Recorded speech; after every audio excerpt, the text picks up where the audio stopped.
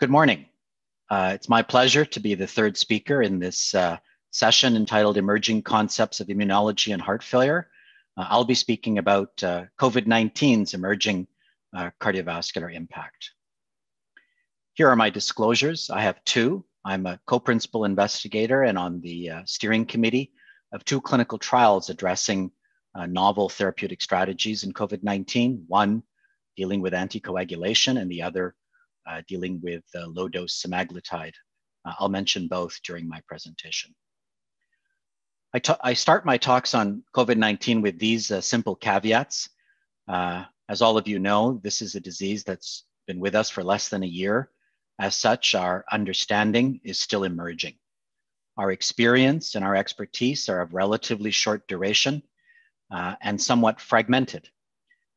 There has been rapid sharing of data across the world, which has been very important, but sometimes that has appeared by necessity in journals that haven't yet been peer-reviewed. And so it's the careful attention and rigorous review of that data is important. And finally, there are different perspectives on this disease. From the scientists, the people who are virologists, immunologists, epidemiologists, from the clinicians, people who take care of the patients at the front line, from the business community, from commercial interests, and those people tasked with putting that all together and informing public policy. So we have to be aware of all of those considerations when we think about COVID-19. I've organized my remarks into these four broad categories. In the interest of time, I won't go into any in great depth, but I'll touch on epidemiology, where we are globally and locally. Specifically, I'll talk about predictors of risk, because that's where the relationship between cardiovascular disease is most important. I'll talk, therefore, about the cardiovascular biology of SARS-CoV-2 infection and how I believe most of the clinical manifestations can be explained by local or systemic inflammation and or thrombosis.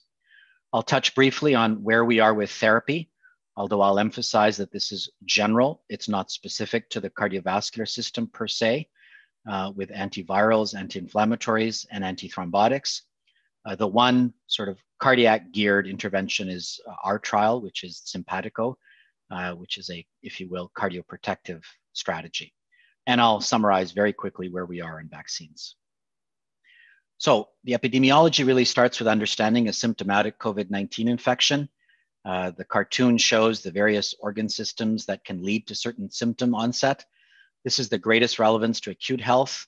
It's uncertain what having a symptomatic infection does to your long-term health. There are few reports of people who have suffering long-term symptoms, but it's really uncertain what the burden will be to the healthcare system overall.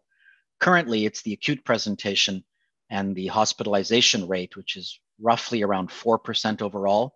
That's the greatest burden, and the greatest exposure in terms of healthcare worker exposure is caring for symptomatic patients. There have been some emerging new symptoms, anosmia, loss of appetite, and even systemic symptoms like a rash or joint pains can be manifestations. Asymptomatic infections are really important. We know that maybe 50% of all cases come from asymptomatic or pre-symptomatic cases, and we have no idea what the relevance of this is to long-term health.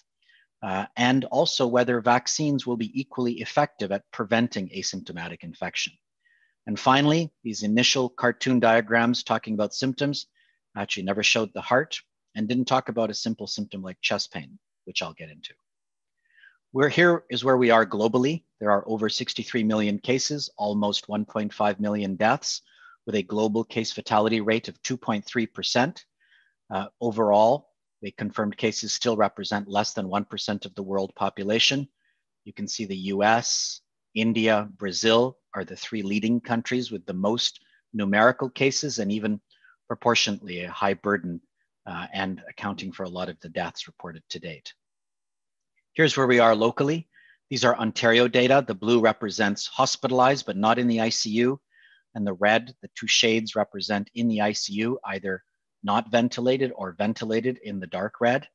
You'll appreciate that in March through June, we had our first wave. We're clearly in our second wave that has not yet plateaued and is certainly not on the downtrend. 75% of this burden is in the GTA, the Greater Toronto Area. And about 40% of these cases appear to be coming directly from community transmission. And overall, we've had over 100,000 cases in our province, 3,600 deaths with a case fatality rate of 3.1%. So really not that much better than the global case fatality rate. Why cardiovascular? I'm going to talk briefly about 3 studies that emerged from China in the early days of this pandemic. The first was just under 200 hospitalized patients, of which 54 died. That's 28% mortality. It was clear that hospitalization was seen in patients who had comorbidities, and death was directly proportional to age, an odds ratio of 1.1 for every year of life. The next study, also out of China, was about 416 hospitalized patients. And this was really the first to tell us that cardiac injury was present in about 20% of all cases. And in those with cardiac injury, the yellow line, the mortality was 50%. In that first study as well, those that died had this increasing serum levels of cardiac troponin, whereas those that didn't die did not have this biomarker. So these were the first clues. The next study was just under 200 patients, and now it parsed patients into those with neither biomarker nor a history of cardiovascular disease versus the other extreme, which is cardiovascular disease and cardiac injury, which had a 70% mortality. So tenfold above those individuals hospitalized with COVID-19 who were neither had a biomarker nor had a history of cardiovascular disease. The first clues that CVD is really important in the prognosis of COVID-19 infections. OpenSAFELY was a paper published in Nature this summer, looking at 17 million electronic health records in England and the 11,000 deaths that were documented from COVID-19. And I won't go through this lovely paper in detail, other than to say that all the early data from China was somewhat validated: age, male sex, obesity, all in sort of dose-dependent manner. Social deprivation, diabetes, cardiovascular disease, and even ethnicity were predictors of death.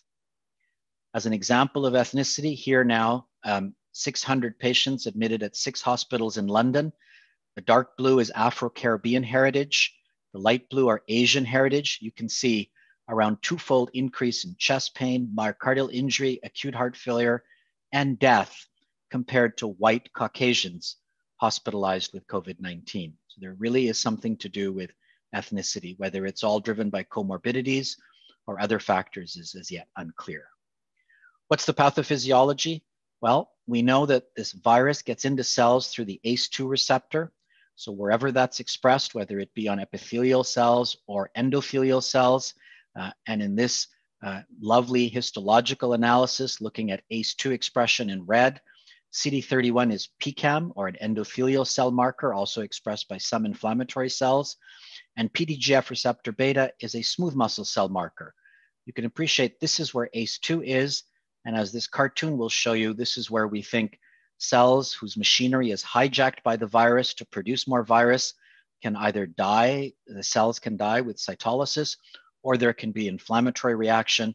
And then once this gets into viremia with vascular involvement, the normal pacification function of the blood vessel lining is lost, such that now you have a prothrombotic, leaky vessels leading to the clinical manifestations. We know these are varied in the cardiovascular system, from myocardial injury to myocarditis, to even patients presenting with their first symptom being stroke or pulmonary embolism. And here's a lovely case report from Italy, where a case of dilated cardiomyopathy found to have acute signs of inflammation in the heart. Here on an endomyocardial biopsy, not only were there large multinucleated macrophages, but here you can actually see virus particles on electron microscopy in the heart itself. We have autopsy studies that look at both patients where viral genome could be identified within the heart, and those that still had myocarditis, but no viral genome in the heart, and equivalent numbers of inflammatory cell infiltrates, suggesting that there are 2 pathways to myocardial injury, both direct infection and just a systemic inflammatory reaction that appears to involve the heart.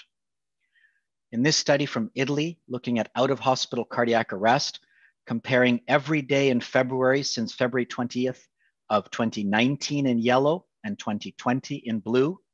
And you'll appreciate that there is an excess of out-of-hospital cardiac arrest in Italy during 2020, directly paralleling the increase in COVID-19 in the 4 northern provinces of Italy. So these are some sort of community-wide manifestations that are speculative that as COVID was increasing, there's more cardiac arrest. In this single center study published in the New England Journal during the New York outbreak, these are people who presented with COVID-19, but also ST segment elevation.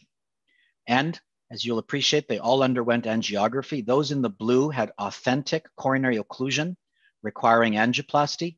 Those in the brown did not. These were, if you will, false positive STEMIs. But look, only one of those survived. They all died. And here, even in those with occlusive disease receiving primary PCI, half of them died. So the mortality of ST segment elevation in a COVID-19 patient is rather high, and only half of it is authentic coronary occlusion. Pericarditis is a fascinating study of healthy young college athletes. 60 of them, 54 had ECG, echo, and troponin, and some were symptomatic. It could be any form of symptom, but 16, a significant number, were completely asymptomatic. Of these, 48 consented to magnetic resonance imaging, and you'll appreciate the most dominant finding was pericardial inflammation in both symptomatic and remarkably even asymptomatic individuals. No symptoms whatsoever. So we really don't know what the long-term consequences of this kind of myocardial or pericardial involvement will be. And you'll appreciate that it was not insignificant. 12% of the patients had both myocardial and pericardial involvement. Heart failure.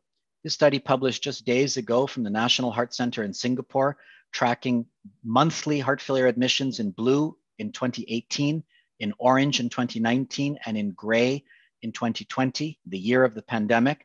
You'll appreciate there are fewer heart failure admissions. Now, this could be people avoiding hospitals on lockdown, and this is paralleled by things other than heart failure. But the authors highlight this interesting data set, where blue represents all the heart failure admissions where they screened for respiratory viral infection, and the red represents where they identified respiratory viral infection. And look here, this is during COVID-19, even during the lockdown, when they screened, they identified very low levels of respiratory viral infection, including COVID, such that social distancing, masking prevented respiratory viral infections, which may be partly precipitants to heart failure admissions. Let's talk about therapy. Remdesivir is an antiviral agent that has been tested in 4 randomized controlled trials. Juan Pimentel and McGill published this scoping review.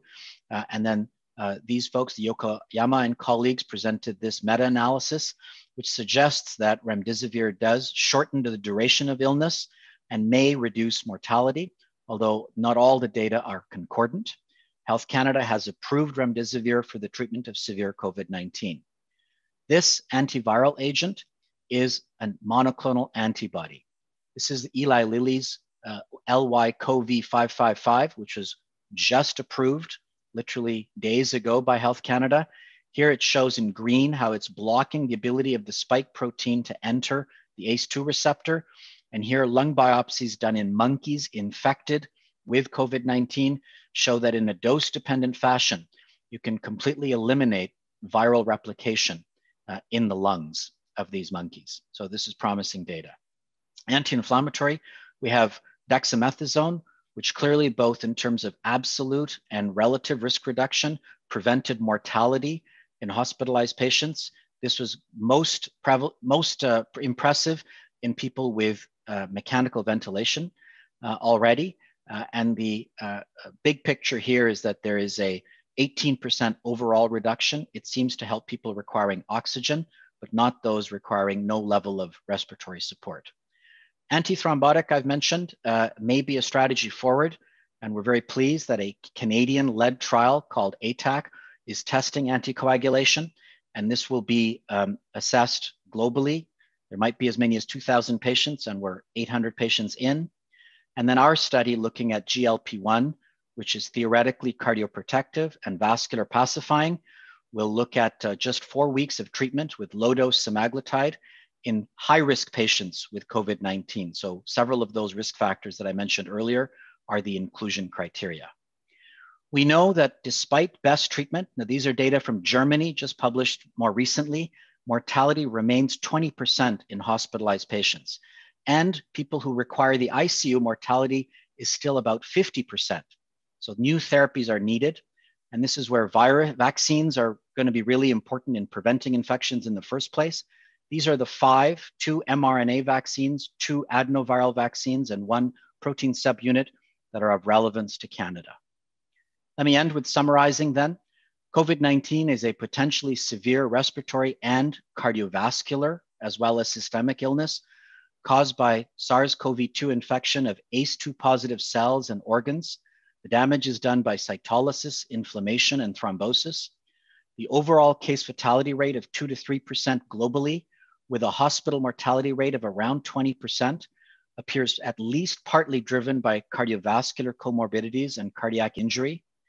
Dexamethasone is effective. Remdesivir is promising. Monoclonal antibodies are promising.